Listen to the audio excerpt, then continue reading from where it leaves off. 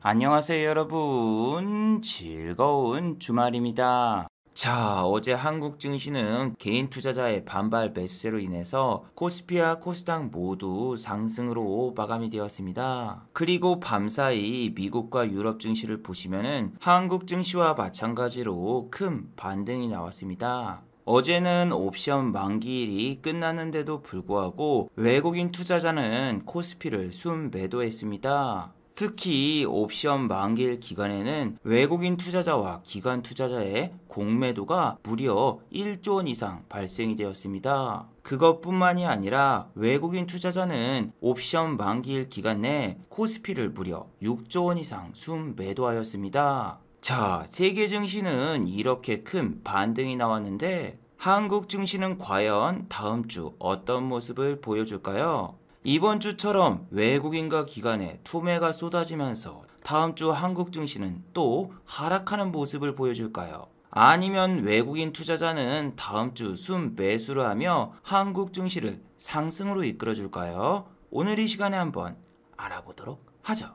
자, 그럼 먼저 해외 시황과 국내 시황 그리고 이번 주 특징주를 한번 살펴보도록 하겠습니다. 자, 그럼 먼저 해외 시황입니다. 자, 먼저 다우지수입니다. 다우는 어제 플러스 1.06% 상승으로 마감이 되었습니다. 장 초반부터 다우지수는 단 한 번의 하락도 나오지 않았고 장 막판까지 상당히 강한 모습을 보여주었는데 나스닥 종합지수는 다우보다 훨씬 더 강한 모습을 보여주었습니다. 장 초반부터서 플러스 1%로 시작이 되었으며 다우와 마찬가지로 장중에 단 한 번의 하락이 발생되지 않았습니다. 어제 미국의 다우와 나스닥이 상승한 이유는 참 어이가 없습니다. 미국의 소매 판매 지수가 발표가 되었는데 어제 미국에서 공개된 소매 판매 지수는 당초 예상치인 0.8%에 미치지 못하는 결과가 나오자 연준에서는 양적 완화 정책을 그대로 유지할 것으로 예상을 했고 금리 인상 역시 6월달 FOMC 회의에서 논의가 되지 않을 것으로 예측이 되면서 유럽과 미국 증시는 반발 매수세가 유입되면서 결국 모두 상승으로 마감이 되었습니다.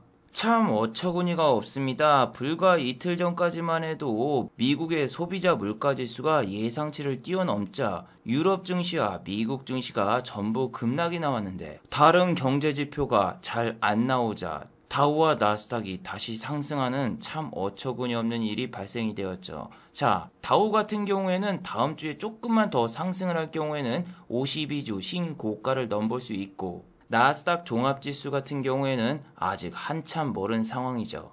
한국의 코스피 지수 역시 다음 주에 반등이 크게 나오면 지난 고점을 돌파할 수도 있지만 한국은 여러분 다음 주 부처 앤썸 부처님 오신 날이 있기 때문에 수요일 날 휴장이죠. 거기다 미국은 다음 주 금요일이 옵션 만기일입니다. 한국 증시와 똑같이 17일부터서 21일까지는 상당히 큰 변동성이 나올 수 있어요. 그리고 한국도 마찬가지죠. 옵션 만기일 전에 갑자기 이렇게 지수를 크게 상승시켜놔서 개인 투자자들이 공매도의 공포가 사그라드는 효과가 나왔고 그 결과 7조 원이 넘는 외국인과 기관의 폭탄 매물을 전부 개인 투자자들이 받아버리고 말았습니다. 그리고 옵션 만기일 기간에 하루의 공매도를 1조 원 이상 치면서 5일 동안 공매도 수량만 해도 약 5조 원 가까이 돼요. 이 뜻은 주식을 팔면서 공매도도 같이 쳤다란 이야기인데 자, 그렇다면 여러분 지난주에 미국의 다우와 나스닥 그리고 유럽 증시가 상승했는데 한국 증시는 공매도 때문에 지수가 하락할까요? 그건 아니라고 봅니다. 지금 현재 코스피의 시가총액 상위주 중에서 가장 많이 공매도가 처진 종목이 어떤 종목이죠? 현재는 삼성전자가 1위, 2위는 셀트리온, 3위는 SK하이닉스, 4위는 현대차 이렇게 되어 있는데 그 종목들을 제외하고 나머지 종목들을 상승시키면서 지수를 상승시키면 되죠. 예를 들면은 삼성전자가 아닌 삼성바이오로직스라던가 삼성전자 우 혹은 카카오라던가 LG화학 등 공매도가 적은 시가총액 상위주를 끌어올리면은 지수는 상승하지만 본인이 공매도가 많은 종목을 들고 있다면은 지수가 상승해도 본인 종목은 안 오를 수 있죠. 자, 실제로 보세요. 코스피 지수가 5월 4일부터 5월 10일까지 계속 상승이 나왔지만 국민 주식 삼성전자 같은 경우에는 주가 상승률이 상당히 지지부진하죠. 특히 코스피 양지수가 상승한 날에도 삼성전자는 이렇게 하락한 날도 있어요. 자, 삼성전자의 대차 잔고를 보시면은 생각보다 상환이 많아요. 많다고 해도 공매도 수량도 더 많지만 삼성전자의 주가가 조금 더 상승하면은 거기서 공매도를 또 치면 되기 때문에 대차 잔고만 가지고 공매도가 줄어든다고 판단하는 건 매우 위험해요. 그리고 공매도가 많은 종목들은 다 이유가 있습니다. 개인 투자자들에게 인기가 많은 종목은 무조건 공매도가 많습니다. 특히 외국인과 기관은 레포트를 자유롭게 쓸 수 있기 때문에 이런 종목이 좋다 개인 투자자분들에게 추천을 하고 그 다음에 꼭대기에서 공매도를 칩니다. 자, 어제 이 영상에서 말씀드린 하나생명 같은 경우에도 1분기 실적 발표를 했는데 순이익이 무려 300%가 증가했다. 이러한 뉴스를 내보내고 목표 주가를 향상하고 개인 투자자분들을 유혹했고 결국 어제는 코스피 지수가 1% 이상 상승했는데도 불구하고 하나생명은 마이너스 6.29% 하락으로 마감이 되었죠. 수금 역시 외국인과 기관의 양매도 거기다가 공매도 역시 사상 최고치를 기록하면서 개인 투자자분들을 저렇게 꼬시고 공매도를 고점에서 쳤는데 하나 관련 주식들은 다 저렇습니다. 보시면은 하나 손해보험도 어제 마이너스 8.19% 하락으로 마감이 되었고 지주사인 하나 역시 1분기 실적을 발표했는데 영업이익이 무려 8,485억 원, 전년 대비해서 186억 원이나 증가했습니다. 그렇다면 어제 하나의 주가는 과연 어떤 모습을 보여주었을까요?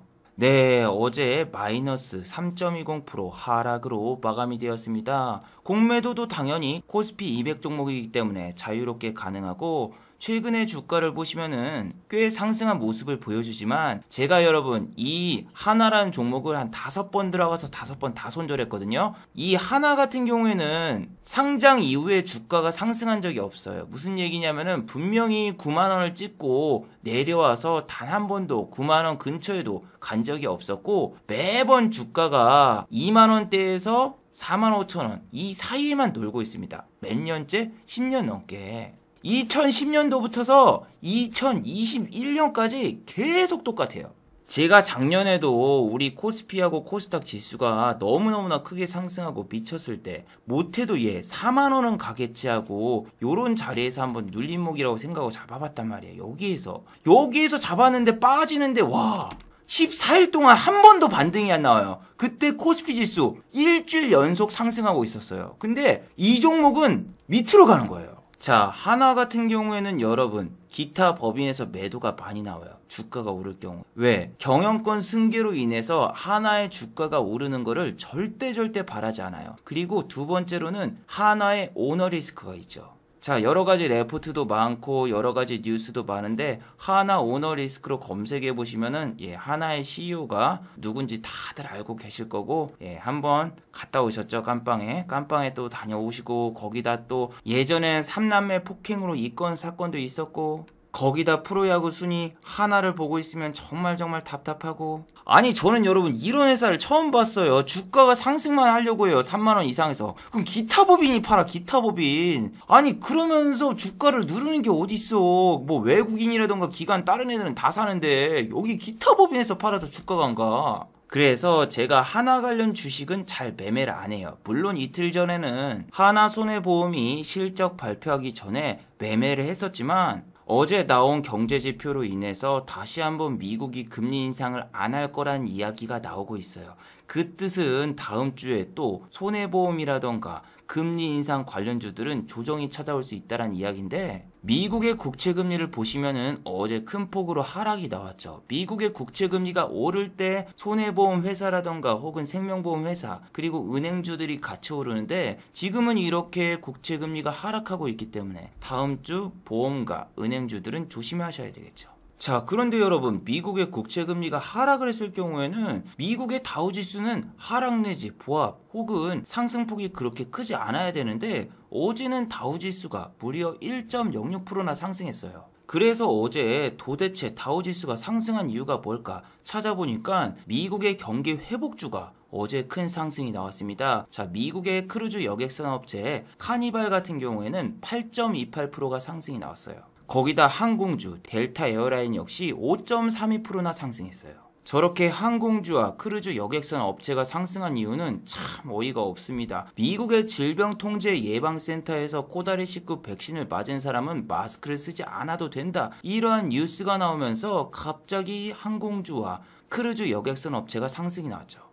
자, 하지만 한국의 대한항공 같은 경우에는 지난주 금요일 코스피 지수가 1%가 상승했는데도 불구하고 마이너스 0.68% 하락으로 마감이 되었습니다. 외국인의 대량 매도가 나오면서 대한항공 같은 경우에는 이렇게 하락으로 마감이 되었는데, 금요일날 보시면은 대한항공은 장이 끝난 다음에 실적이 발표되었어요.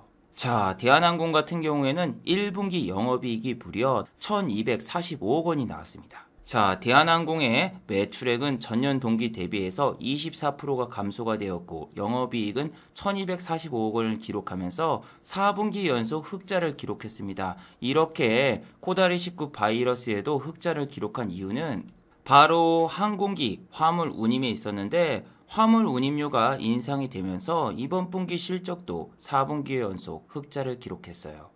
자, 실적 발표 후 시간의 단일가를 보시면은 0.17% 상승으로 마감이 되었습니다. 실적 같은 경우에는 영업이익이 감소가 되었어도 그래도 흑자라는 거에 의미를 두고, 또 미국의 항공주가 시간의 단일가에서 상승하고 있는 걸 보고 아마 따라 사신 분들도 있을 거예요.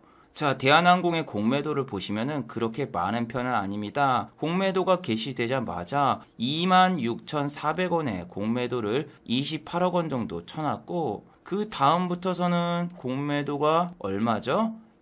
하루에 평균 20억씩 공매도가 쳐져 있어요.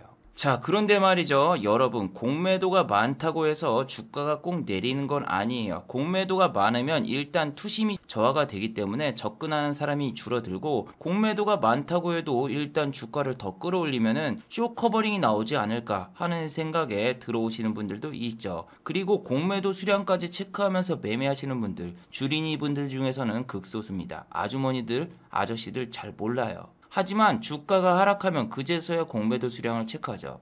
자, 제가 예를 들면은 제가 2018년도에 호텔신라라는 종목을 12만원대까지 매매를 했어요. 그리고 저는 그 당시에 공매도 수량이 많이 늘어났기 때문에 저는 이 종목 이제는 그만 매매를 하겠습니다, 이렇게 이야기를 해드렸는데, 사람들이 야, 네가 호텔신라 위험하고 공매도가 많다고 했는데 호텔신라 13만원이 넘어갔다, 아 괜히 네 말 듣고 호텔신라 안 샀네, 이러는데 아유 무슨 소리를 하시는 거예요. 이 꼭대기까지 어떻게 다 먹어요. 한 이 정도에서 먹고 나와야지. 여기에서 여기까지 해봤자 몇 프로 된다고. 그리고 티웨이홀딩스 같은 경우에는 티웨이 항공이 상장되는 기대감으로 올랐기 때문에 티웨이 항공 상장까지 앞으로 2주밖에 안 남았고, 공매도도 많고 대차장고도 줄어들고 있지 않다, 나는 6,000원까지만 매매를 하겠다, 요렇게 말씀을 드렸는데 티웨이 항공 7,200원이 넘어갔습니다. 이 당시에도 똑같았어요. 야, 네가 이거 위험하고 하지 말라고 해서 난 안 했는데 7,000원 넘어갔다.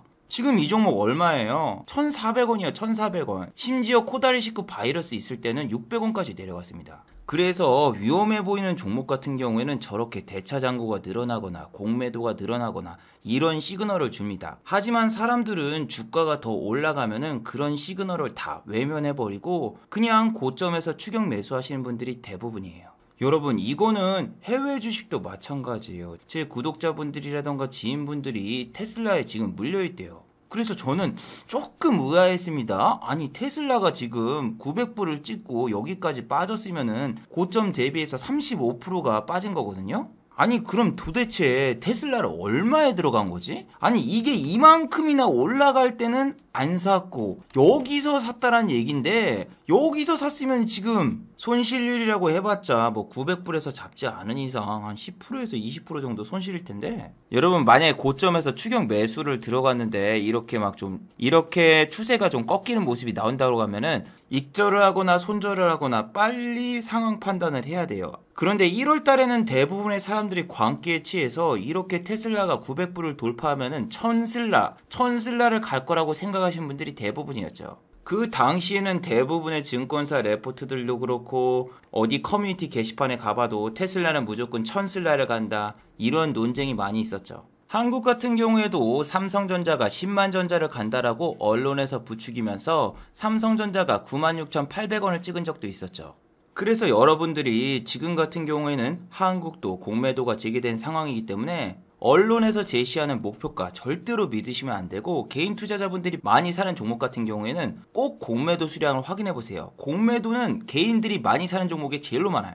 제 개인적인 생각이지만 옛날에 미국에서 가장 많은 공매도 주식 1위가 테슬라였거든요. 지금 또 다시 테슬라로 타겟으로 잡아서 공매도로 어마어마하게 쳐서 기관들이 또 테슬라를 대량으로 매도하면서 테슬라의 주가가 많이 더 빠지지 않을까, 이런 생각도 좀 들더군요. 이게 오늘자 미국 신문에 나온 건데, 일론 머스크 같은 경우에는 도지코인 개발자와 2019년부터서 아는 사이였다, 이렇게 지금 뉴스가 나왔거든요. 오늘자 뉴스 보세요. 또 일론 머스크가 트위터에다 한마디를 했습니다. 자, 일론 머스크는 도지코인에 대해서 거래 시스템의 효율성을 개선하기 위해 도지 개발자들과 우리는 협력을 하고 있다. 그리고 도지코인은 잠재적으로 유망하다, 이딴 헛소리를 하는데, 도지코인은 다른 코인과 다릅니다. 다른 코인은 개수가 한정이 돼 있기 때문에 채굴에 한계가 있지만, 이건 재미삼아 만든 코인이기 때문에 무한정으로 찍어낼 수가 있어요. 그래서 미국 금융위에서 만약에 또 일론 머스크에게 제재를 가한다면은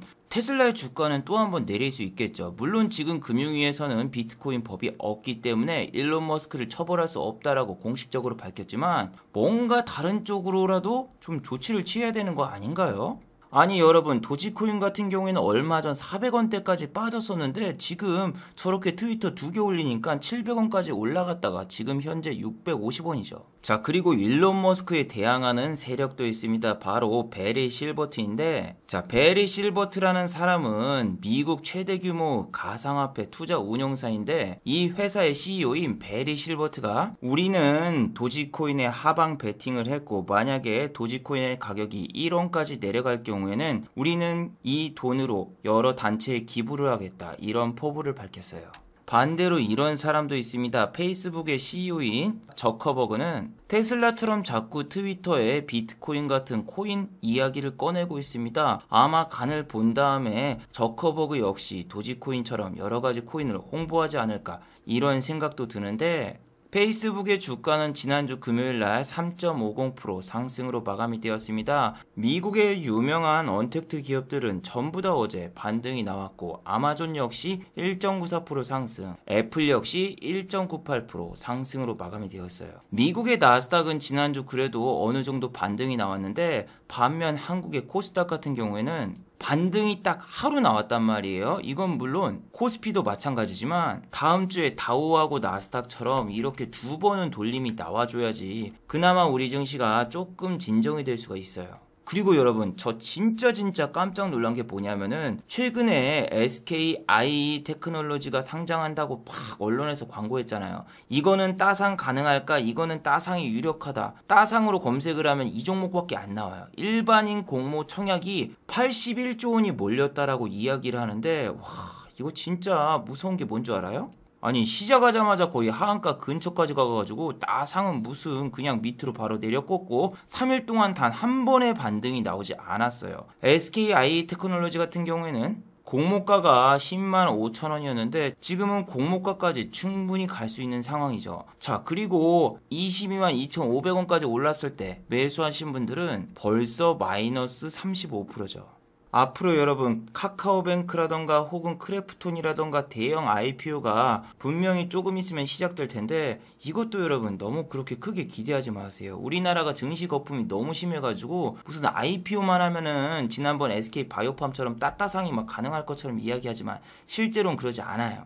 자, 그리고 여러분, 지난주에 하한가를 간 에코마이스터. 자, 에코마이스터 같은 경우에는 이렇게 하한가를 간 이유가 뭐냐면은 자본 잠식률이 78%로 관리 종목에 편입되거나 상장 폐지가 될 수 있다, 이런 이유 때문에 이렇게 됐습니다. 자, 제가 3개월 전에 한국 시장에서는 3월달과 그리고 4월달에는 상장 폐지 시즌이라고 이야기를 했지만 지금은 5월달이잖아요. 근데 왜 갑자기 상장 폐지라던가 관리 종목 이야기가 나오는 걸까요?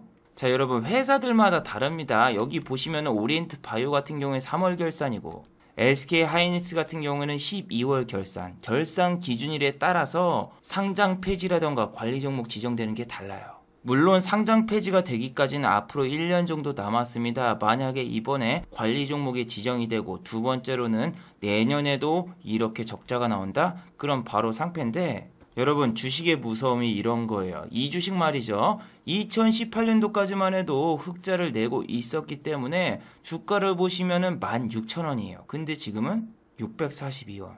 이 주식 같은 경우에는 2018년도에 대북주로 얽혀버렸었죠. 자, 대하TI라던가 이런 철도 관련주가 급등했을 때 이때 주식을 사신 분들은 지금 거의 패닉 상태겠죠.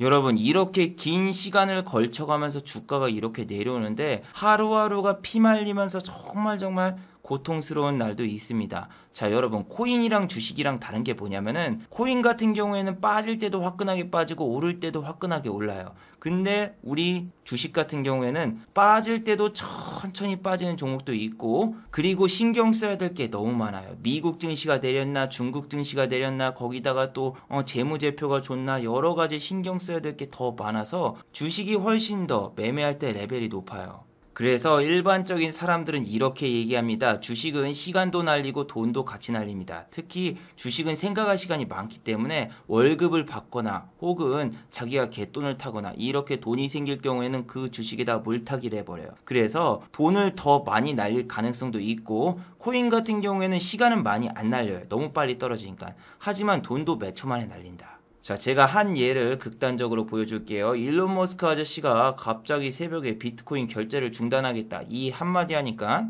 분명히 제가 잠을 자기 전에 코인 사놓은 게 마이너스 6% 정도밖에 손실을 보고 있지 않았고 73만원 정도 손실이었어요. 근데 자고 일어나니까 마이너스 400이 됐어요. 물론 이건 마이너스 450, 거의 마이너스 500까지 갔는데 일론 머스크 씨의 트위터 단 한 방에 제가 저렇게 돼버렸습니다. 주식이었으면은 이게 시간이 정해져 있기 때문에 잠도 자고 일어나서 어느 정도 대응이 될 텐데, 자고 일어나니까 저렇게 하한가 맞은 가격보다 훨씬 더 내려가 버리니까 너무나 당황스럽고 일론 머스크가 정말 싫어졌어요. 그런데 여러분 주식 같은 경우에는 이렇게 물려서 존버할 때 어떤 생각이 드냐면은 16,000원짜리가 반으로 빠졌으면은 물 타면은 평단가가 줄어드니까 여기서 또 물 타고 그 다음에 언젠가 올라가겠지 존버를 해버리잖아요. 그러면은 물까지 타가지고 더 내려가면 손실이 2배가 돼버립니다. 2배. 그런데 여러분 분할 매수하고 물타기하고 실질적으로 이름만 다르지 똑같아요. 자, 분할 매수하고 분할 매도는 필수다. 제가 매번 영상 때마다 말씀을 드렸지만 저는 여러분 분할 매수를 하지 않아요. 여러분들에게는 분할 매수, 분할 매도가 필수라고 하지만 전 정작 분할 매수를 하지 않습니다. 그 이유는 첫 번째는 손익비 문제가 있습니다. 자, 예를 들어 볼게요. 이건 조금 극단적일 수 있는데 A라는 종목을 들어갔어요. 내가 30%의 비중을 들어갔는데 얘가 들어가자마자 갑자기 10% 급등이 나왔어. 그러면은 여기서 수익을 일단 10% 봤어요. 근데 반대로 내가 B라는 종목에서는 여기서 사고 여기서 사고 여기서 사고 3분할로 나눠서 여기 샀어. 근데 얘가 지난주처럼 장이 안 좋아서 시초가부터 마이너스 5% 6%로 빠지고 시작한다? 그래서 마이너스 5%에서 손절을 해봐요. 내가 여기서 10% 수익을 봐봤자 30% 비중의 10% 수익. 하지만 여기는 100% 비중이 들어간 상태에서 5% 손실이기 때문에 이 5% 손실이 10%의 수익을 다 잡아먹습니다. 오히려 내 계좌는 마이너스예요.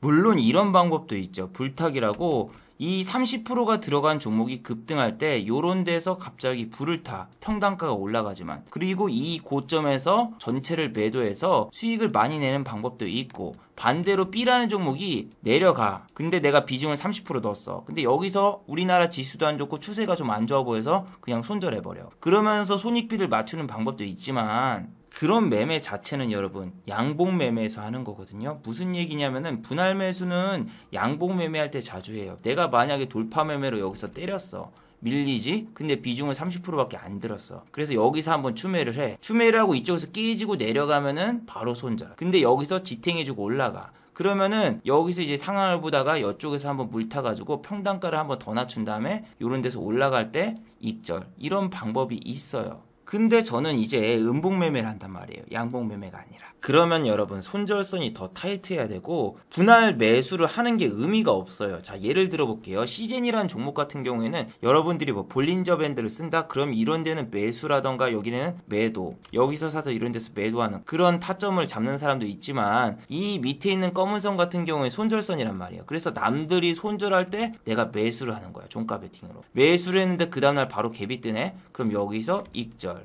이런 식으로 매매를 한다고 치잖아요? 그러면은 여러분 이 밑으로 내려가는 순간은 분할 매수의 의미가 없어요. 여기서 만약에 추세 깨지고 빠지면 어디까지 빠질지 모르는데 그 내려오는 칼날에다 물을 타가지고 빠져나온다? 상식적으로 불가능해요. 실제로 이렇게 지난 저점에 손절선에서 매수했는데 빠지잖아요. 어디까지 빠져요? 얘 죽을 때까지 빠지잖아. 이렇게 죽을 때까지 빠지는데 13만원이 깨졌으니까 그 다음 지지선은 12만 5천원이다. 12만 5천원에서 반등 나오겠지. 여기서 한번 사고 11만원 지켜주겠지. 여기서 물타기 하고 여기서 손절한다? 그러면은 이게 일봉이잖아요. 일봉이기 때문에 일주일이라는 시간을 날려먹고 반등도 안 나와가지고 더 큰 손절. 그래서 저 같은 경우에는 분할 매수를 하면 시간도 날리고 돈도 날리는 상황이 나와요.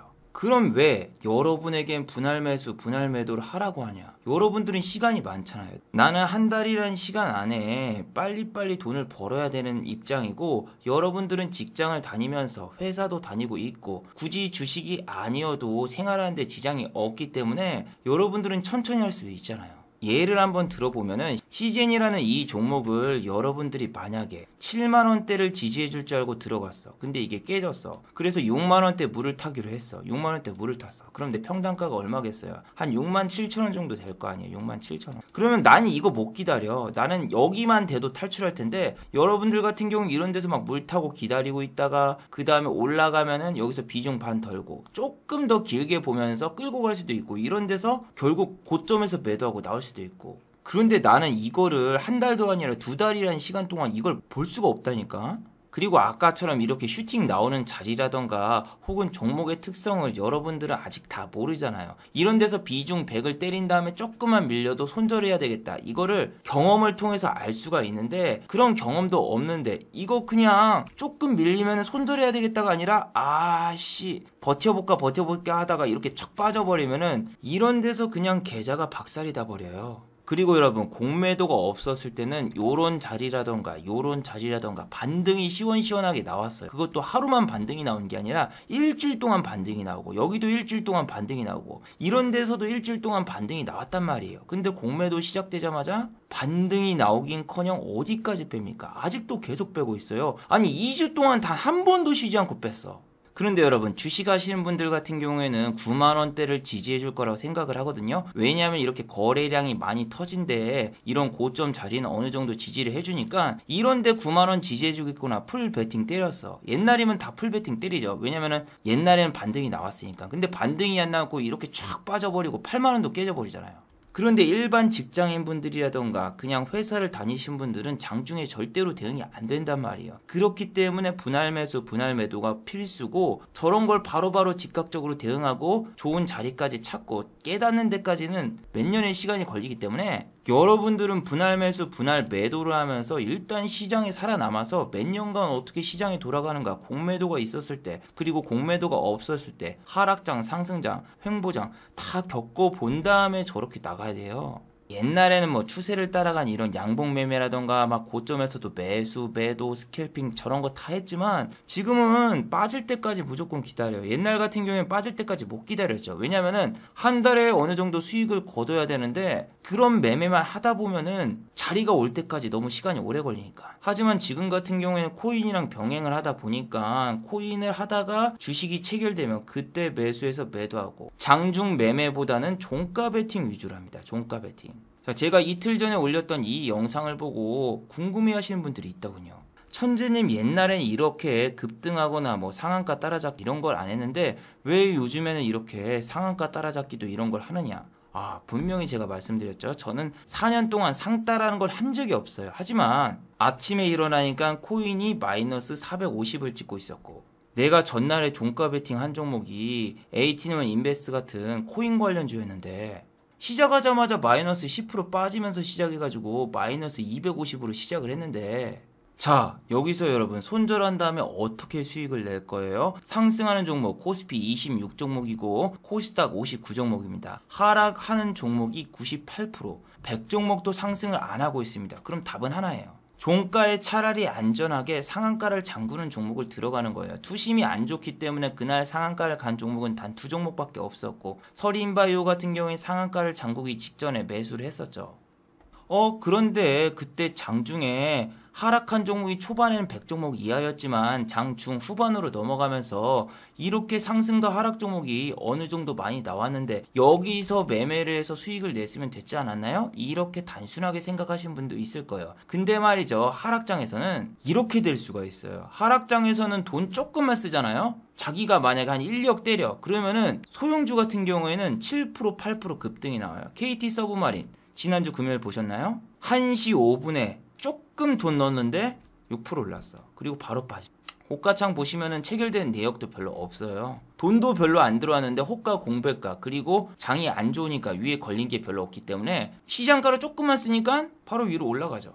그래서 저렇게 잠깐 작은 돈으로 장난친 종목들이 상승 종목으로 넘어가게 되고, 종가를 보시면은 KT 서브마린 고작 1%도 상승 안 했습니다. 그래서 여러분들이 잠깐 몇 분, 몇 초 이렇게 팍 치고 올린 거 보고, 와, 이거 여기서 사서 여기서 팔았으면 아예 못 팔아요. 못 사고. 왜냐면은 물량이 없고 팔려고 해도 밑에 받쳐줄 호가가 없어서 못 팔아요. 그래서 단순하게 이렇게 상승 종목이 200 종목이 있으니까 이런 종목에서 복구했어야지. 그건 말이 안 돼요. 자, 제가 만약에 원금이 1000만 원인데 200만 원 손실을 봐가지고 800만 원이 됐어. 만약에 내가 800만 원 갖다 20%의 수익을 걷어봤자 다음번에는 960만 원밖에 되지 않아요. 내가 본전에 오려면은 20%가 아니라 24% 이상, 수수료 포함하면 거의 25%가 올라와야지 내가 본전에 오게 된단 말이에요. 그러면은 그 다음날 시초가 갭이 뜰 수 있는 종목들을 생각해 보면은, 이렇게 중앙 에너비스 같은 거를 종가 베팅 했을 때는 다음날 마이너스 13%를 때려 맞았고, 서린바이오 같은 경우는 그 다음날 또 상한가를 갔기 때문에 서린바이오 같이 저렇게 상한가 가는 종목 들어간 거는 거의 그냥 정답지였죠. 물론 그것도 있습니다. 제가 불과 월요일날 텔레칩스라는 종목을 종가 베팅했다가 크게 되어서 일반적인 종목으로 지금 종가 베팅하면은 계속 하락만 하고 더 빼겠구나. 그래서 어쩔 수 없이 전날은 저런 종목을 종가 베팅 해가지고 먹고 나온 거죠.